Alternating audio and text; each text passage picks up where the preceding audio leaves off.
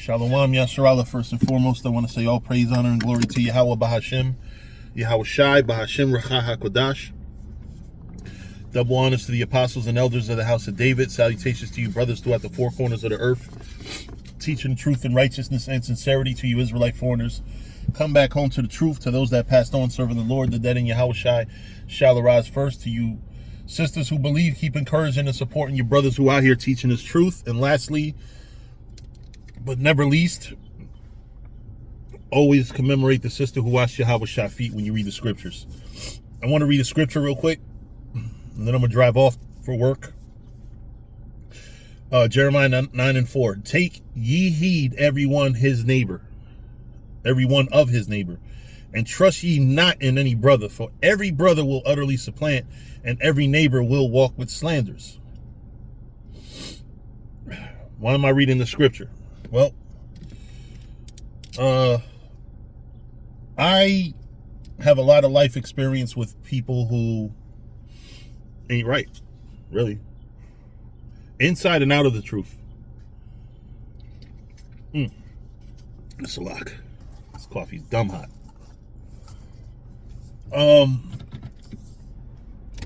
So, notice the scripture said, brother and neighbor, people that are close to you.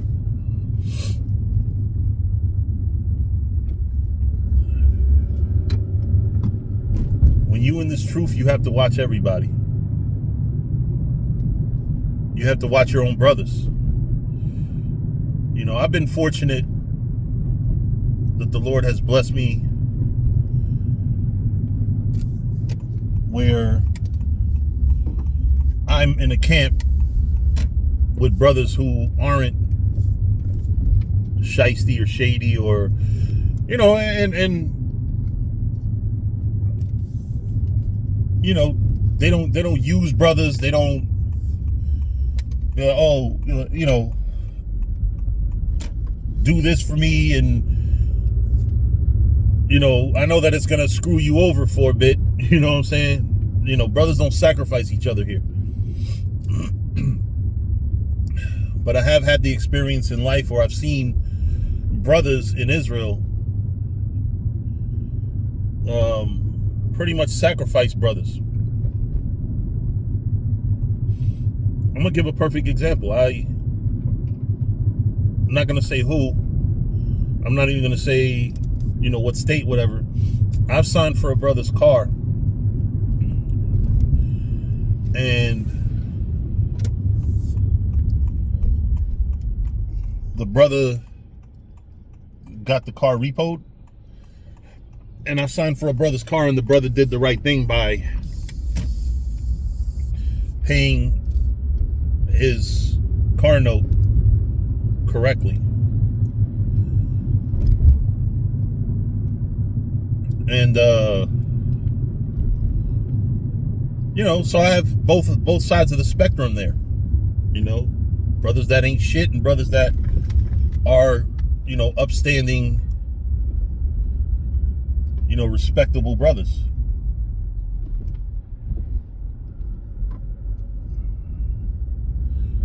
You know, so then you ask yourself the question, hey, how do you know who's who? You don't. You don't know who's gonna wind up being a scumbag. The only thing you can do, honestly, the best thing you could do is try not to do those type of favors, or don't do favors for a brother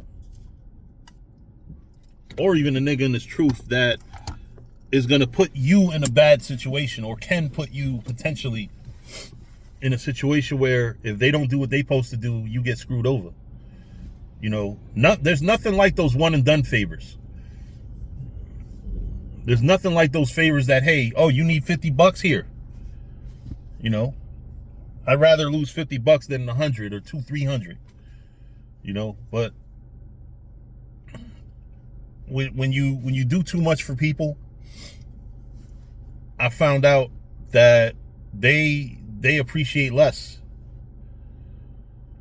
You know, people really don't appreciate, a lot of people don't really appreciate favors and when you look out for them. They appreciate the shit out of it. And you notice, those of you brothers that are kind-hearted and try to help brothers, don't you notice that they are so fucking appreciative when you first put the money in their hand or first sign for something for them? And then as time goes by, they developed a sense of entitlement. Like, yeah, you loaned them money, but they're gonna take their sweet time and pay you back if they intend on paying you back at all. You gotta remind niggas. You know, I have a practice when I loan money and when I borrow money. I haven't borrowed money from anybody in forever, but when I did, I have a practice, which is, don't let too much time go by without either one of two things, either a payment or at least a communication. If you communicate and say, hey, I've you know, I know that I said that I was going to pay you back within a week, but I had a rough week. You know, I do fully intend on paying you back. I'm not trying to get over. Just give me a few more days or something, some form of communication, so that the person that you borrowed from doesn't feel like you're shady. Because I'm gonna tell you, like just about 3 days ago, somebody borrowed a lot of money from me. Just an example. And this is a person who I know is not a scumbag. They have too much pride to not pay it back, which is the way people should be. The way people should be is, yo, this is, when I borrow money, it's attached to my reputation. I'm not going to fuck up my reputation. Because the scriptures say a good name is better than precious ointment. What does that mean? A good reputation, right? If you develop a reputation as a brother who borrows money and then getting it back from you is fucking like pulling teeth, then it's a fucking problem. Now, this video is not about money necessarily. It's about how people that are close to you, your friends, your neighbors, will supplant you and will slander you, you know. But the hot topic in my life is people borrowing money. So, because that's a perfect example of supplant and, well, not slander. It is slander because what happens when you're a nigga, a scumbag who borrows money and has a I'll pay you back whenever I feel like it mentality? What happens is, now when the person you borrowed money from says, yo, what the fuck? You know, you're going on vacations and you're buying an expensive ass car, but you're sitting here telling me you can't pay me back, or it's going to take long to pay me back. You know, whose fault is that? You know, oh, you worship money. Like, that's always a fucking go-to for people that borrow money, that don't want to pay it back. Oh, you worship money.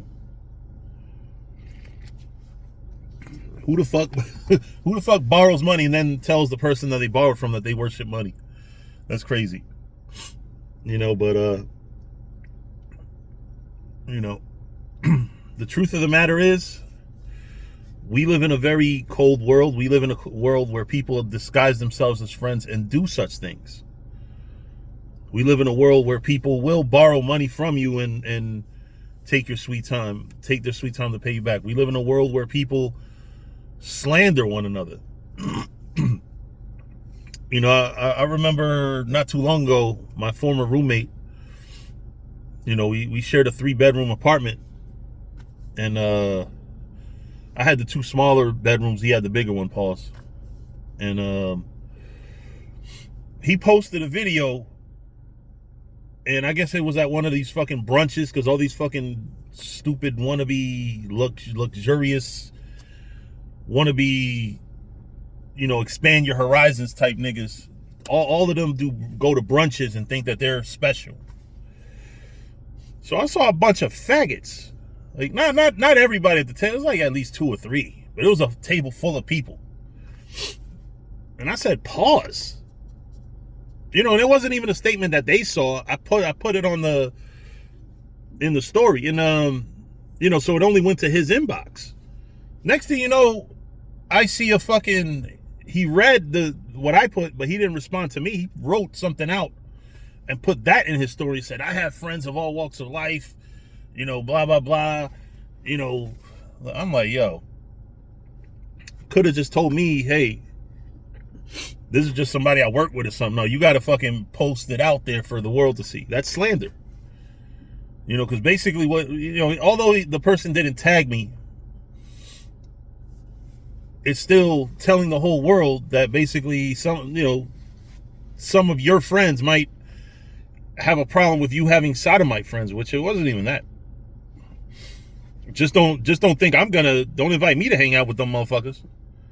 Do not. I don't give a fuck if them niggas is cool. I don't give a fuck if they Giant fans. In fact, I hope they're not. But this thing applies. Like, you have to watch your friends, because a lot of your friends aren't your friends. That's what that scripture is kind of alluding to. I'm sure a lot of these scriptures have multiple meanings, and a lot of these scriptures in and of themselves are double entendres and more. But the truth of the matter is, watch your friends. Be careful with your neighbors, because you have shady ass niggas out here, and one of the biggest things people will screw you over for is money. That's why I've discussed money in this video, because that's the main thing people want from you. People don't give a fuck about you. People want to take your money, want to borrow money from you, want to want to enrich themselves and screw you over. That's the sad fact of life.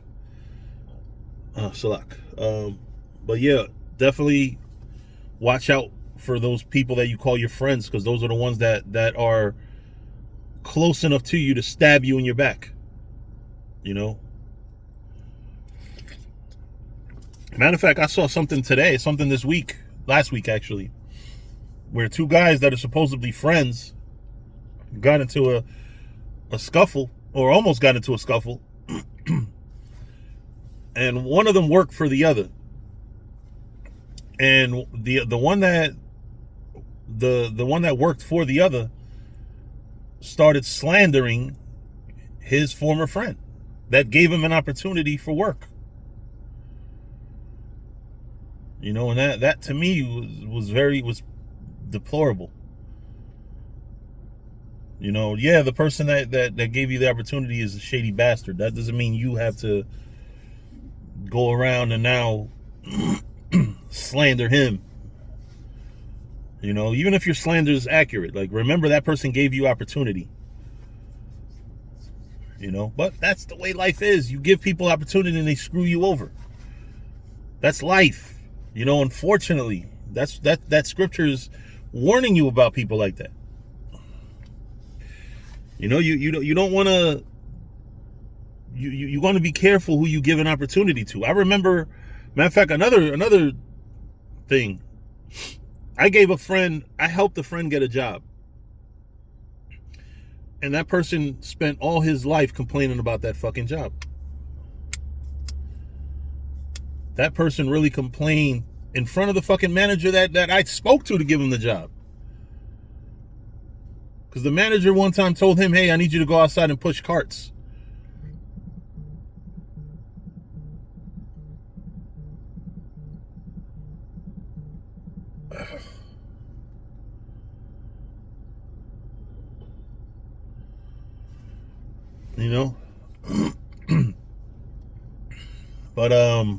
But yeah, I'm getting text messages already from the job, so let me go. But please, brothers, sisters, watch your friends, watch the people that are supposedly close to you, because those are the ones that have the opportunity, or given the opportunity, may destroy you the worst. But shalom.